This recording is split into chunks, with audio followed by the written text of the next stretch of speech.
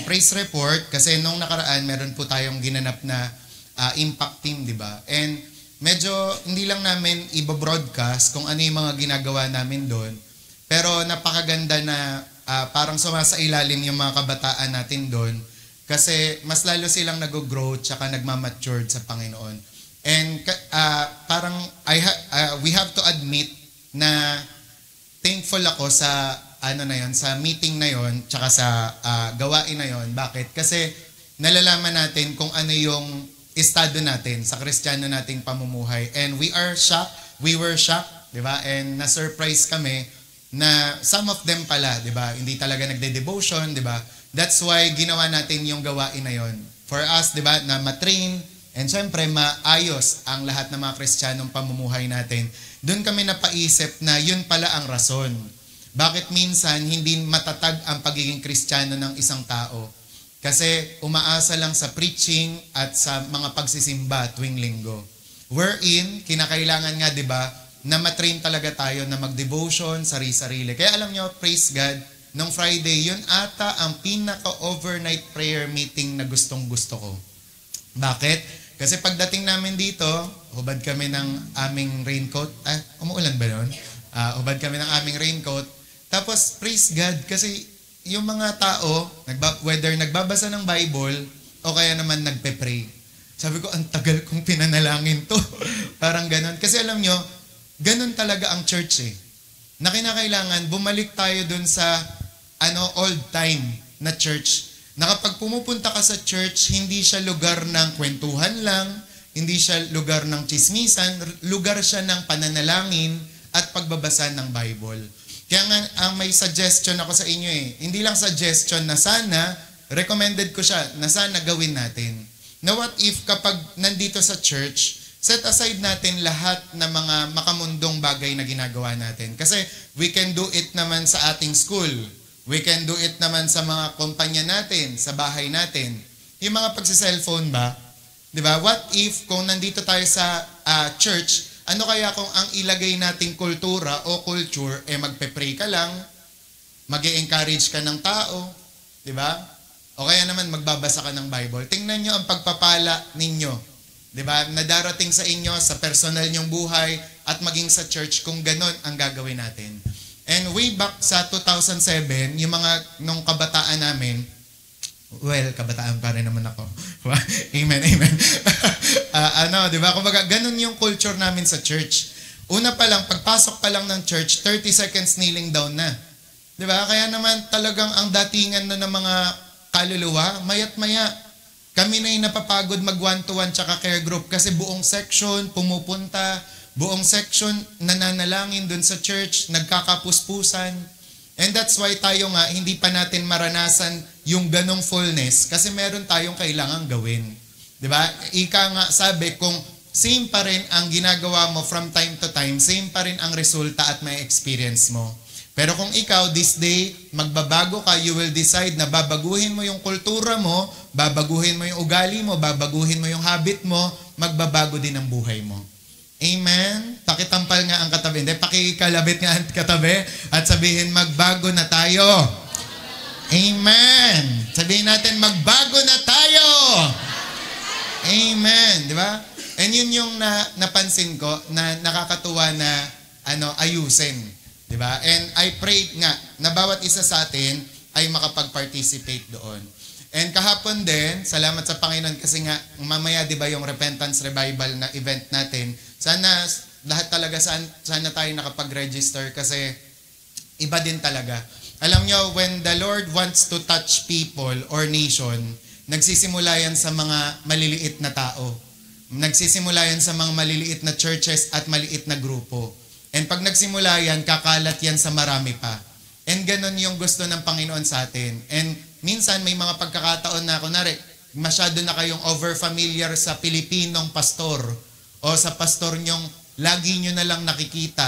Nagpapadala ang Panginoon ng imported na mga foreigner para gisingin tayo, para mawala ang lahat ng mga over-familiarity natin at matanggap natin.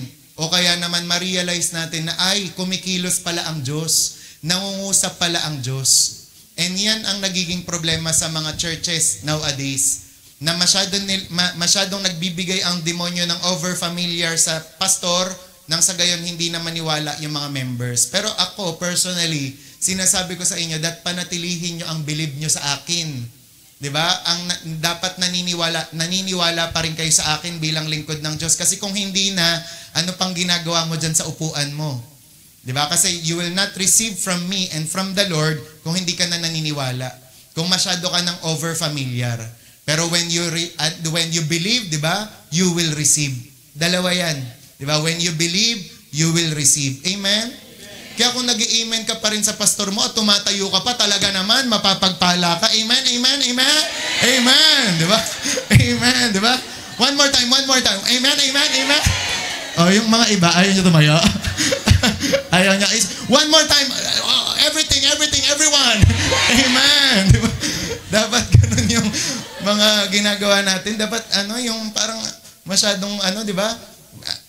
Amen. Dapat naniniwala tayo imported o exported. Maniwala tayo local man o international. Amen.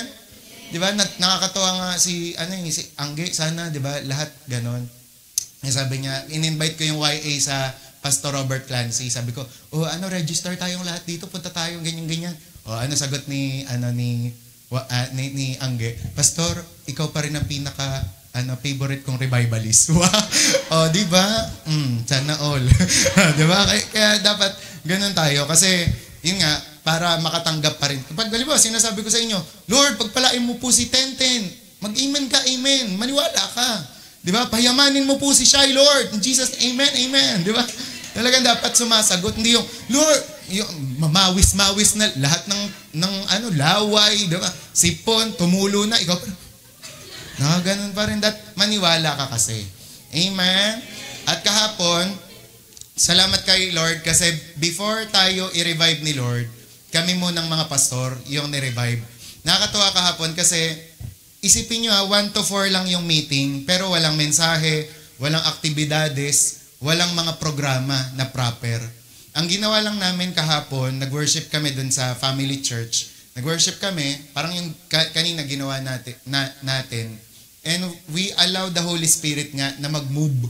Talaga naman, yun nga, walang mensahe, walang tapos nagsasalita lang si Pastor Robert, pero alam niyo yung nararamdaman ko, parang kinakalaykay yung hinahalukay yung puso ko talaga.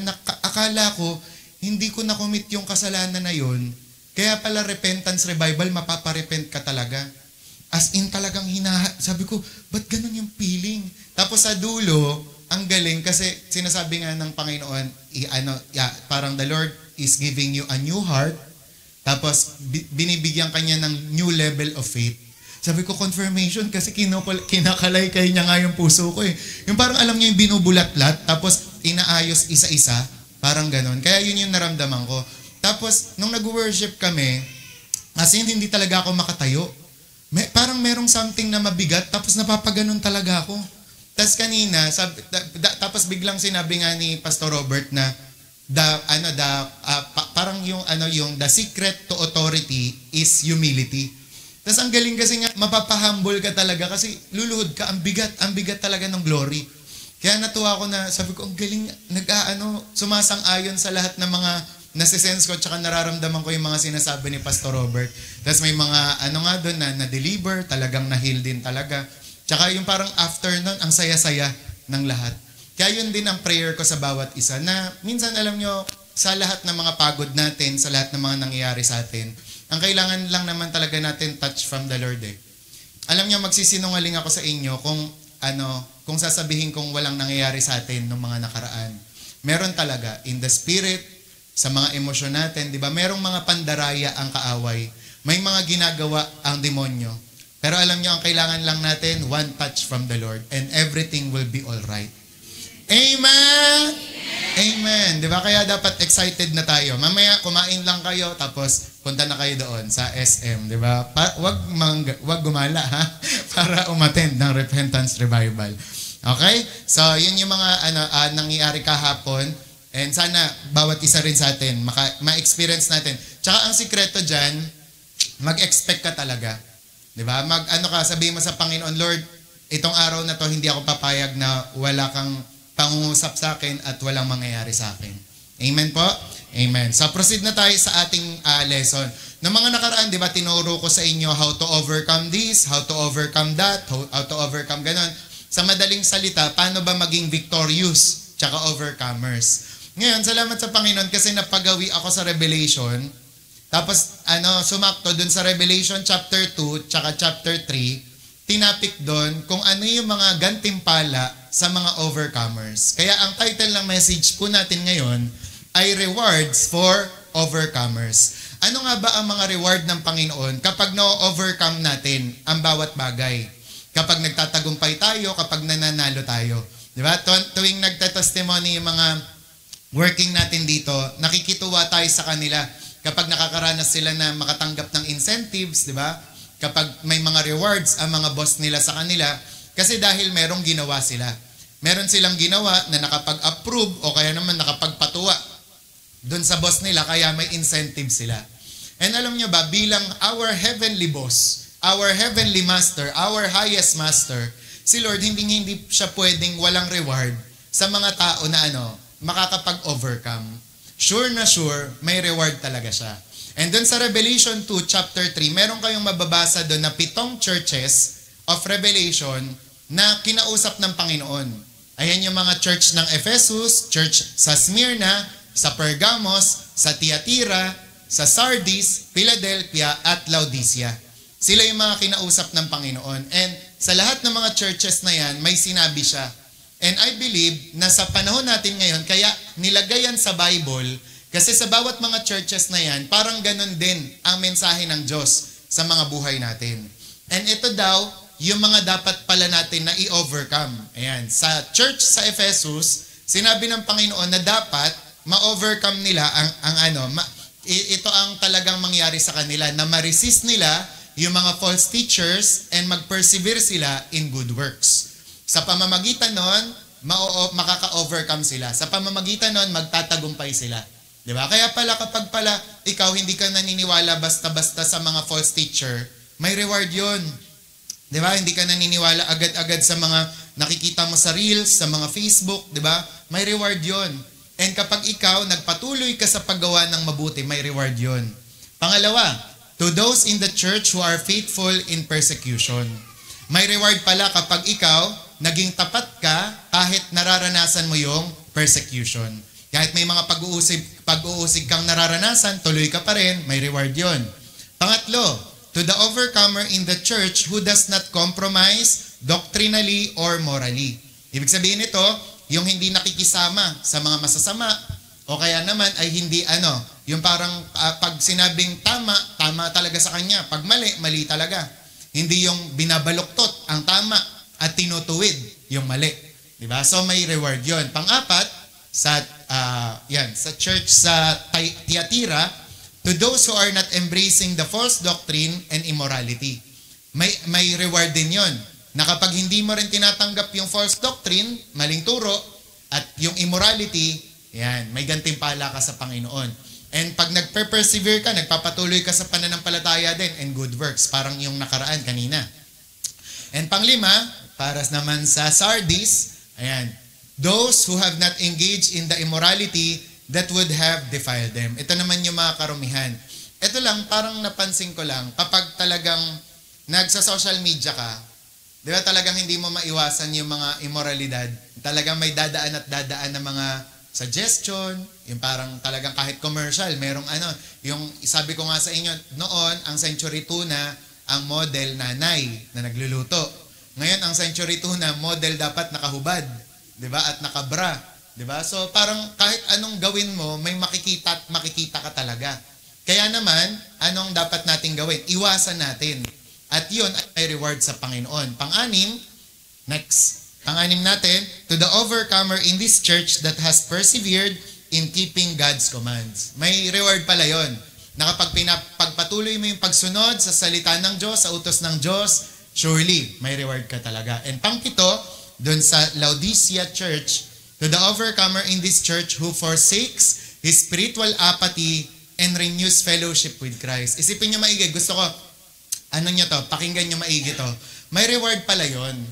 yung iwan mo daw yung pagiging nonchalant mo sa spiritual na buhay. Alam niyo yung nonchalant? Yung alam niyo yung walang pake, 'di ba? Walang okay lang, 'di ba? Nagre-revival na, okay lang, 'di ba? Nag-worship, 'di ba? Nagpe-praise, okay lang. Pero may reward pala kapag iniwan mo yung spiritual apathy na yan, 'di ba? Yung parang yung alam niyo yung kalamigan, 'di ba? Yung kawalan ng pakialam, 'di ba? May reward 'yan. Kaya sabi mo nga sa katabi mo, wag ka nang nonchalant. 'Di ba? Wag ka nang walang reaksyon, poker face, 'di ba? Dapat talaga i-renew natin yung fellowship natin with Christ. Ako alam niyo 'yon. Na kapag kayo ay hindi na okay kay Lord, alam niyo 'yon. Hindi niyo mapagsisinungalingan 'yon. Sabi ni David Wilkerson, kung meron mang isang tao na nakakaalam, pag wala na sa akin yung anointing, ako yun. Diba? Kaya ako naniniwala rin ako na kayo rin, alam nyo yun. Diba? Ngayon, kapag alam nyo na ganun pala kayo, anong dapat nyong gawin? Renew your fellowship with Christ. Magpa-restore ka. Basahin mo ulit Bible mo. Manalangin ka ulit. Hindi yung wala kang ginagawa. Alam mo na nga yung condition mo eh. Wala ka pang ginagawa. Alam mo na nga yung status mo ngayon sa Diyos, wala ka pang ginagawa. Diba? Kailangan may gawin ka. Diba? Sabi nga ng Revelation din, return to your first love. Amen?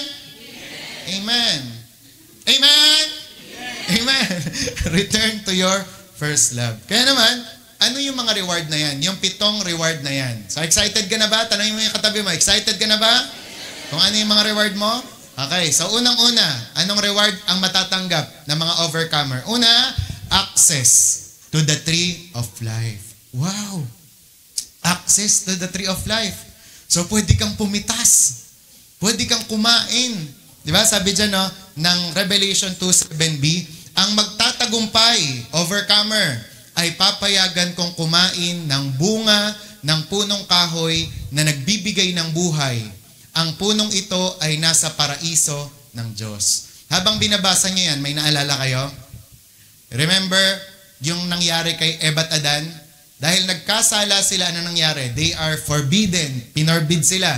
O kaya naman, hindi na sila pinayagan na ma-access yung tree of life sa Garden of Eden. Because of their obedience sa demonyo, hindi na sila pinayagan sa puno, sa tree of life. Pero alam niyo ba, because of our obedience ngayon sa Panginoon, we can access the tree of life. Amen? Sa lahat ng mga magtatagumpay, sa lahat ng mga kinakalaban ang mundo, si Satanas, ang sarili niya, ang unang gantimpala ng Panginoon, kakain ka sa tree of life. And sabi nga sa theology, sa mga pinag-aralan namin noon, according nga rin kila Ate Beck, bakit daw possible ang eternal life sa langit? Possible daw ang eternal life sa langit. Bakit? Una, may river of life. Pwede kang uminom doon. Maligo. Diba? Mag-swimming. Nang walang bayad. And life will overflow sa buhay mo. Ano pa? Pwede kang kumain sa tree of life. And yung pagkain mo na yon, hindi mo iisipin, ilan ang calories nito? Ilan ang carbohydrates? May protein ba to? Di ba?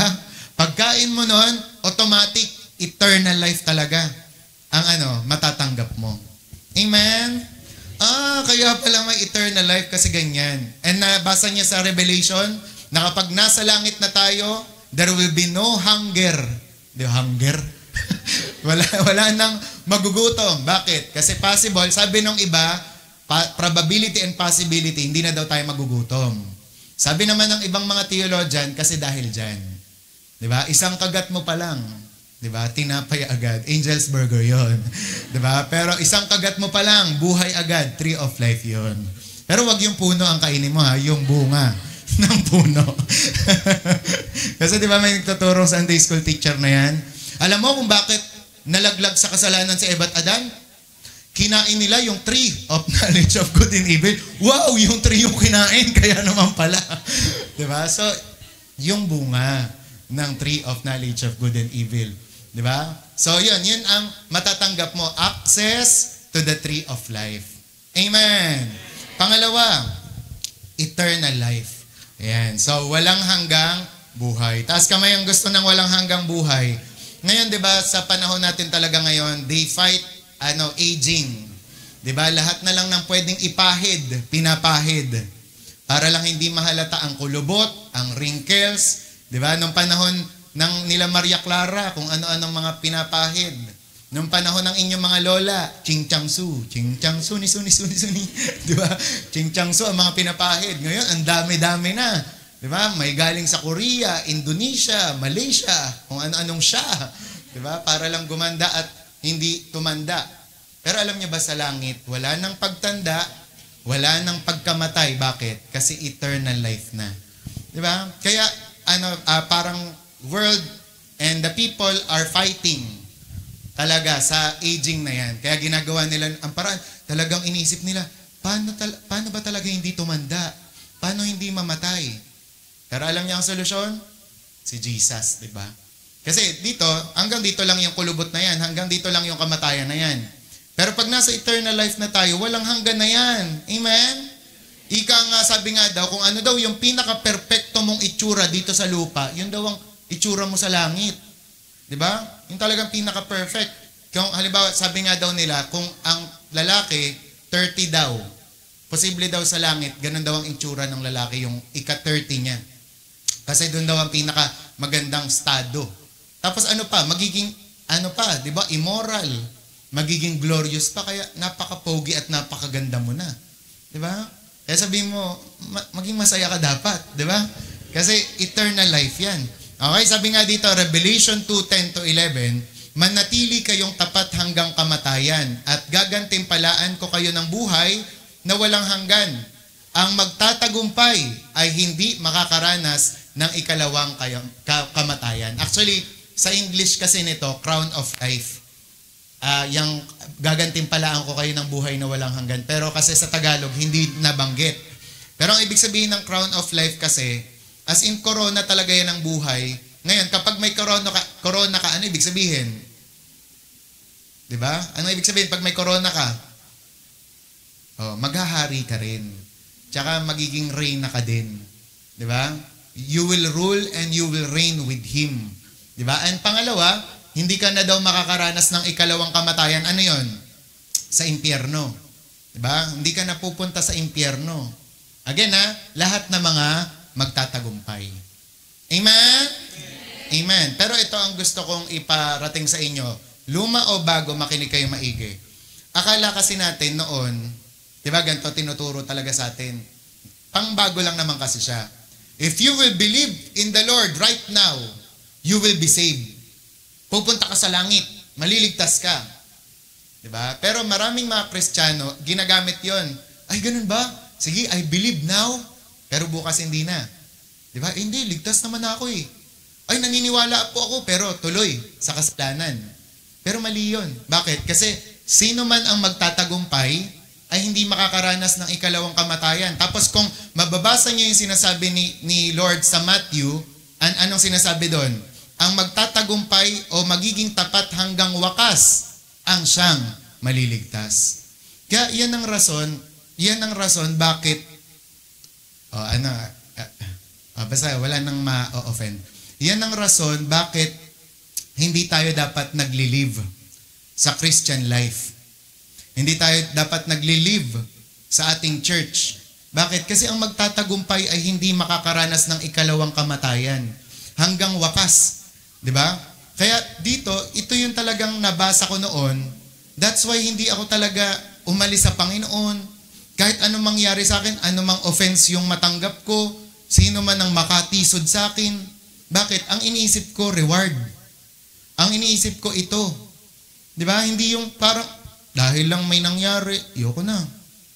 Dahil lang mayroong ayoko na. Hello? Amen? Andyan pa kayo? Pero kung iisipin mo, ang maliligtas pala yung mga tapat hanggang wakas.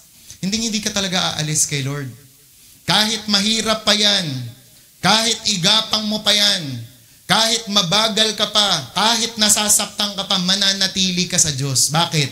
Kasi alam mo yung reward mo eh. Amen? Amen. Amen. Di ba? Kaya dito, inaalis ng Panginoon sa verse na yan lahat ng kababawan natin. Lahat ng mga kaimmatura natin. Di ba? Na konting kibot, konting kembot lang, wala na. Alis na agad. Kaya dinidiinan ko to, bakit? Hindi lang naman sa atin to nangyayari. Even churches all over the world. Ma-offend lang ng konti. Matisod lang ng konti. Ayoko na. Bakit? Siya ba namatay para sa'yo? Siya ba magdadala sa'yo sa langit? Sa kaharian ng Diyos? Hindi. Ang may pag-uusap dito, ang may relasyon dito, ikaw at si Jesus. Kaya naman itutuloy mo kahit anong mangyari. Amen! Amen! Amen! Kaya sana, di ba? Sana kantahin din natin yung kinakanta lagi ni Aaron, di ba? Marami tayong kakantahin sa mga susunod na araw. Yung mga favorite ni Faith, di ba? Napaganda ng paganda, pabuti na, di ba? Yun ang mga kakantahin natin sa mga susunod na araw. Pati yung favorite ni Aaron. Di ba? Ay, ito ang panahon, di na uso ang mag-backslide. Whoa! Ito ang panahon ng pagbabalik loob sa Kanya. Diba? Sama-sama na. Diba? Dapat ganun ang prinsipyo natin. Hindi na uso ngayon mag-backslide. Luma na yan. Diba? Kaya tanggalin mo na yan sa bokabularyo mo. Kasi sino man ang magtatagumpay, sino man ang tapat hanggang wakas ang maliligtas. Hindi one time, big time. Hindi sa krusada lang o sa event. Kung araw-araw namumuhay kang kasama ang Diyos, ayan, bibigyan ka niyan. Hindi ka na makakaranas ng ikalawang kamatayan. Malinaw po? Amen. Diba? Pangatlo, ito napakaganda nito, feasting with Jesus. Ayan, sino sa inyo mahilig sa buffet? Ako, una na talaga ako dyan, taas-taas na. Parang din totoo. Sino ayaw ng buffet? O, ano sagot nyo? Sino gusto ng buffet? O, di ba? Sino gusto kumain ng marami? O, ayaw nyo talaga. Di ba? Pagkainan ng pinag-uusapan, masaya yan. Di ba? Talaga naman, nung unang, nakaranas ako nung unang, yung ano tawag doon? Yung catering. Ay, ang saya naman. Di ba? Pipila ka lang gano'n, no? Menudo, kaldereta, beef steak, di ba? Carbonara. Di ba parang pipila ka lang, ang saya. Di ba? Tapos lalo kapag generous pa yung kinasal, pwedeng umulit, pwedeng bumalik. Kaya yung waiter, oh. Di ba? Pero alam nyo, kung tuwan-tuwa kayo doon, halimbawa sa buffet din, di ba? Ako nung nakaranas din ako kumain sa buffet. Talaga, lahat yan pwede mong kainin. Di ba? Unlimited. Pwede lahat. Di ba? Parang ang saya-saya. Alam niyo, mararanasan din daw pala natin yan pagdating natin sa langit. Walang hanggan tayong kakain. Walang hanggan. Parang walang hanggan na kainan. Di ba? Kung dito, laging, gutom na ako. Di ba? Laging sigutom, may biskwit ka ba dyan? Di ba? Sa langit, panay tayo kain. Di ba? Sabi dyan, no? Revelation 2:17, ang magtatagumpay ay bibigyan ko ng pagkain na inilaan ko sa langit. Sabi, bibigyan ko rin ng bawat isa sa kanila ng puting bato na may nakasulat na bagong pangalan, walang ibang nakakaalam kundi ang makakatanggap nito. Yan, di ba? Ang galing, no? Kasi, bakit? Yung puting bato dyan, nagsisimboli daw yan ng holiness and purity. Na dahil sa ginawa ni Jesus, meron ka ng katuwiran. Diba? Dalisay ka na sa harapan ng Panginoon. And at the same time, bakit sinabi dyan na bagong pangalan na walang ibang nakakaalam? Kasi invitation mo yan. That is your entry pass. Diba? Dyan sa bouquet na yan. Sa buffet. Sa na yan? Sa banquet na yan. Sa feasting na yan. Okay? Yan ang naglalaman ng pangalan mo. Diba? Kaya naman, dapat mag-overcome nga daw tayo. Tsaka, diba naalala nyo, may turo sa mga Sunday School level 3 ba? Level 4? May level 4 ba? Ayan. Na tungkol sa kainan. Pag daw ikaw sa mga hudyok, inimbitahan kang kumain sa hudyok, ibig sabihin nun, nagpapahiwatig siya na gusto kitang maging kaibigan. Alam niyo na bakit tayo gustong kasamang kumain ni Lord. Naalala niyo yung preaching ko tungkol kay Mephibosheth tsaka kay David. Na kahit kaaway ni David si Saul, inimbitahan niya, dito ka na lagi kakain ha. Bakit? Pinaparating ni David, gusto kitang maging kaibigan, gusto kitang ampunin. Ganun ang ibig sabihin nun. Amen! Feasting! Di ba? Talaga namang kakain tayo. Di ba? Kaya sabi mo nga sa katabi mo, yung gutom mo, ngayon lang yan. Lilipas din yan. Kasi pagdating ng araw, kakain tayo. Amen? Amen. Pero alam nyo, ang mas makaka-appreciate nito kasi, yung talagang tinanggap na si Jesus. Kasi di ba, nasabi ko nga sa inyo nung nakaraan, nung unang tinapik ko yung heaven sa care group, na-disappoint lang ako. Bakit? Kasi hindi nila appreciate. Di ba? Kasi nga naman, hindi pa nila alam pala kasi yung impyerno eh. Pero tayo, appreciate natin daw. Bakit? Kasi alam natin ng kaibahan ng langit tsaka impyerno. Di ba? Ng kaibahan ng pupunta kay Jesus at hindi. Di ba? Sa impyerno, panahirap, gutom, pasakit. Yung pinasa nga ni Aaron na dapat panoorin daw. Di ba? Kasi real na tao yun eh. Real person, real people ang gumanap. Talaga namang yun ang pala ang nangyayari sa impyerno. Diba? Pero pagdating mo sa langit, iba ang mangyayari sa'yo. You will feast with Jesus. Pang-apat, ito napakaganda rin ito. Ruling and reigning with Christ. Ayan, talaga namang maghahari kang kasama niya. Alam niyo bakit ang mga pastor tsaka mga anak ng Diyos, they are not after position. Bakit ang mga pastor hindi talaga dapat, yung parang kunwari, makikita niyo ako sa boto niyo ako Hembler, para konsehal. Kapag binoto niyo ako, may libreng Bible at libreng tubig kayo. Di ba? Ba't kaya hindi kami nakikisangkot sa mga ganon? Ayun na naman yung sangkot na term. Sangkot involved. Di ba? Bakit? Kasi alam natin na yung paghahari natin hindi dito. Ang paghahari natin doon sa susunod na bagong langit at bagong lupa. Amen? Sabi ng Revelation 2:26-28, sapagkat ang mga magtatagumpay at patuloy na sumusunod sa kalooban ko hanggang sa wakas, ay bibigyan ko ng kapangyarihang mamahala sa mga bansa, tulad ng kapangyarihang ibinigay sa akin ng aking Ama. Mamamahala sila sa pamamagitan ng kamay na bakal at dudurugin nila ang mga bansa gaya ng pagdurog sa palayok. At ibibigay ko rin sa kanila ang tala sa umaga. Tala meaning star, meaning authority yan sa Bible. Diba? So pagdating pala ng Panginoon, pag naghari na siya, kasama tayo. Lahat ng mga magtatagumpay, kasama niyang maghari, mag-rule and reign. Type niyo yun? Kaya dati, nung panahon namin, tinuturo yan nila pastora noon. Halimbawa, si Ina, nag-share siya ng marami. Diba? Sa 50 katao. Pag naghari na si Jesus dito, kukunin ni Lord si Ina as part of His gabinete.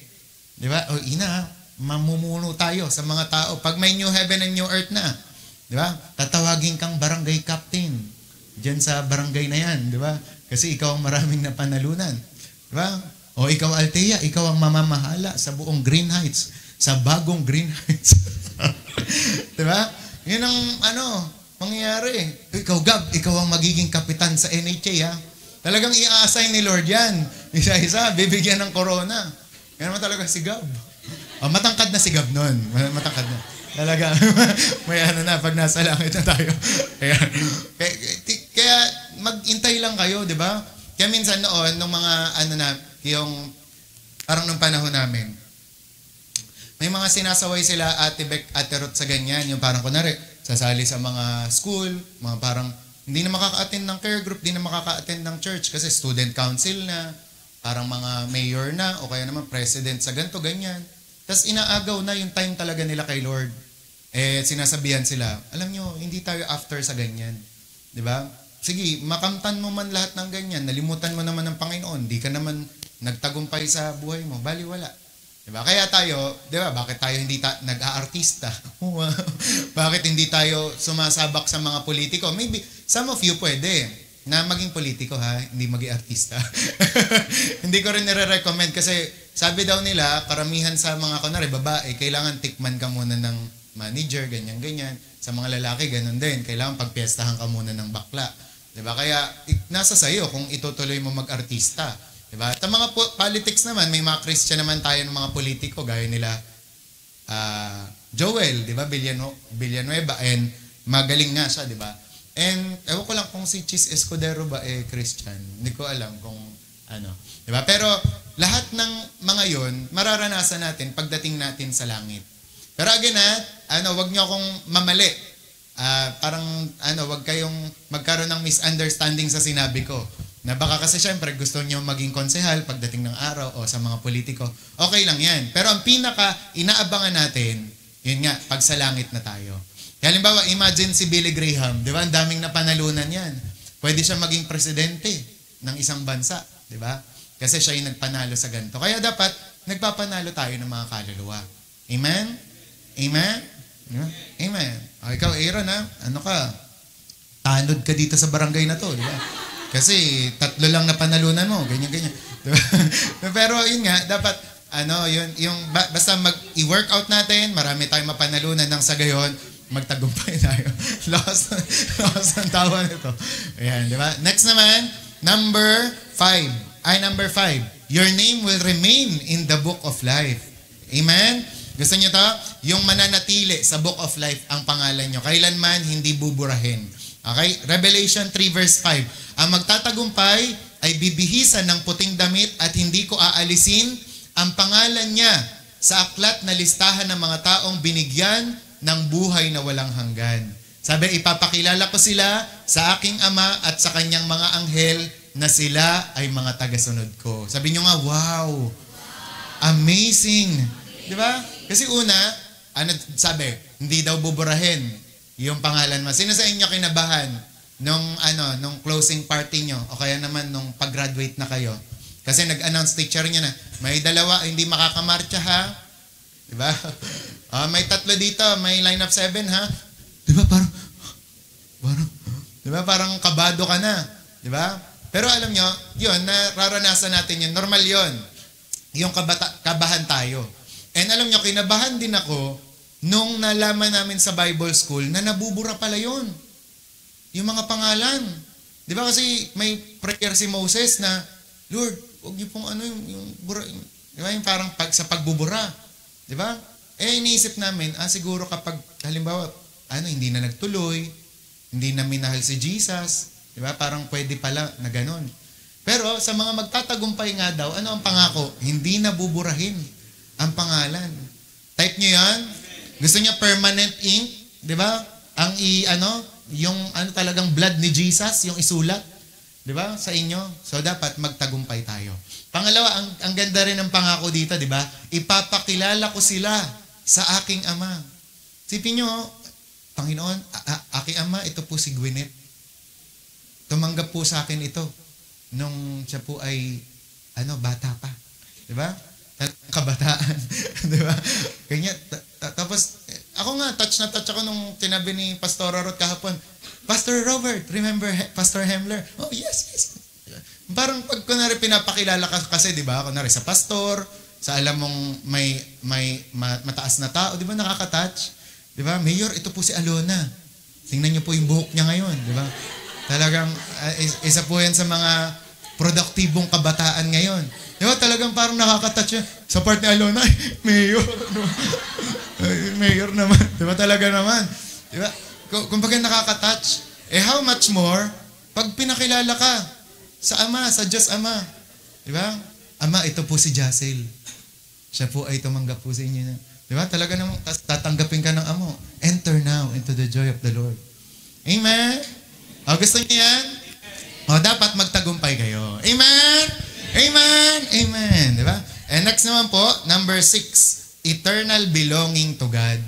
Di ba? So, walang hanggan na mabibilong ka sa Diyos. Ibig sabihin, ikaw ay sa Kanya at siya ay sa iyo. Di ba? Tuwan-tuwa kayo dun sa kilig na kilig kayo dun sa kantang yun, di ba?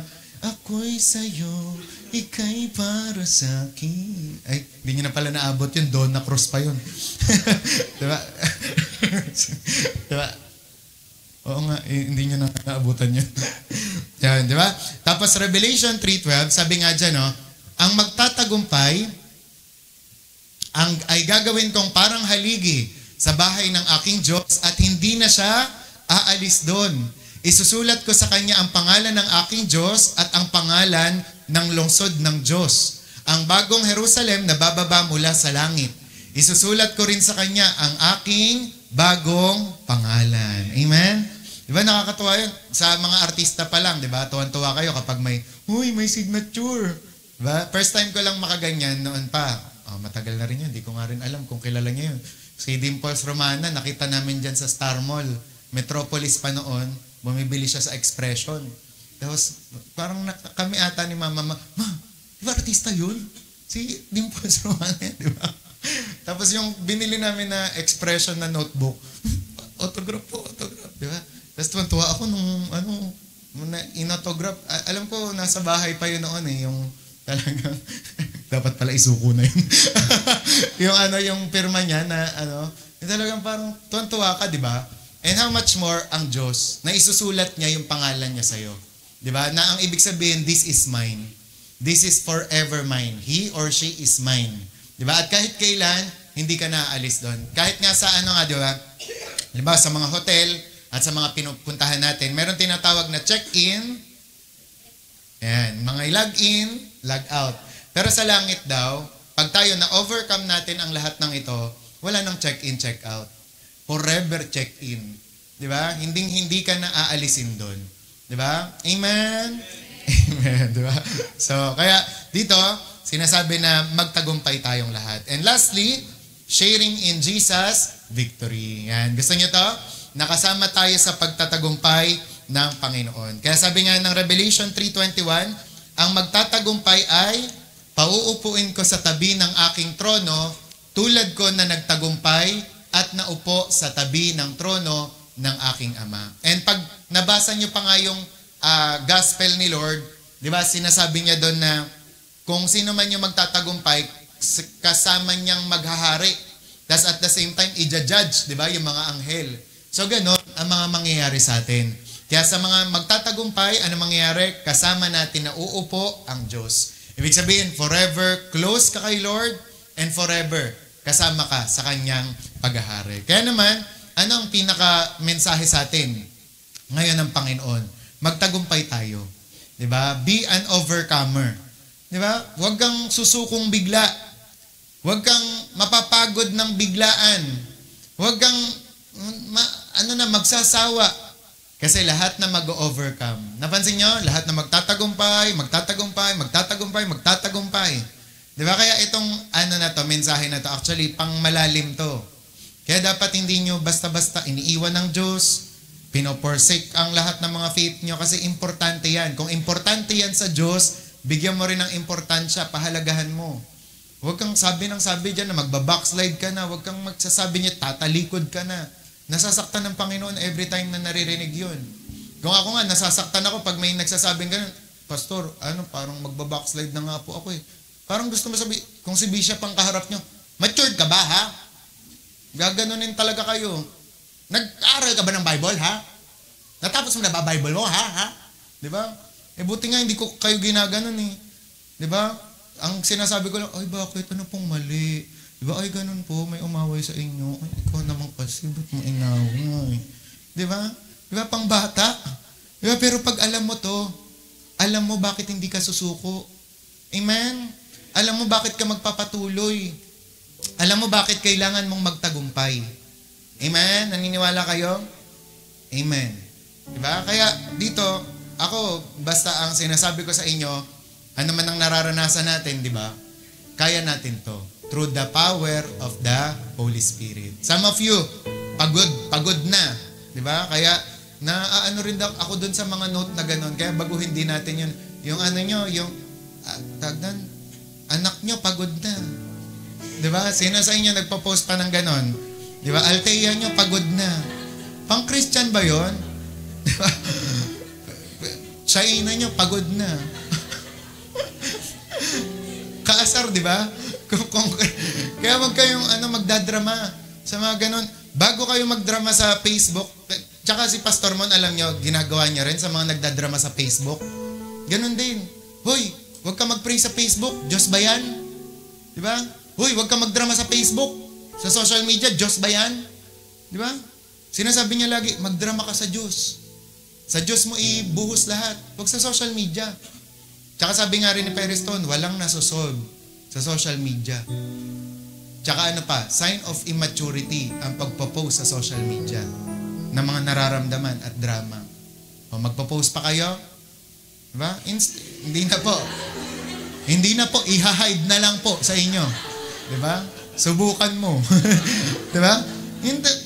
Hindi, ang totoo, ngayon, pwedeng habang sinasabi ko to sa inyo, ang pwede nyo maramdaman, mainis kayo sa akin. Si pastor, ini-invalidate ang emosyon ko. Pangalawa, pwede ka magbago. Ngayon na alam mo na to, pwede ka magbago. Pwede mo i-correct yung sarili mo, di ba? Pwede mong ayusin. Di ba? Let's start all over again. Amen! Amen! Praise God.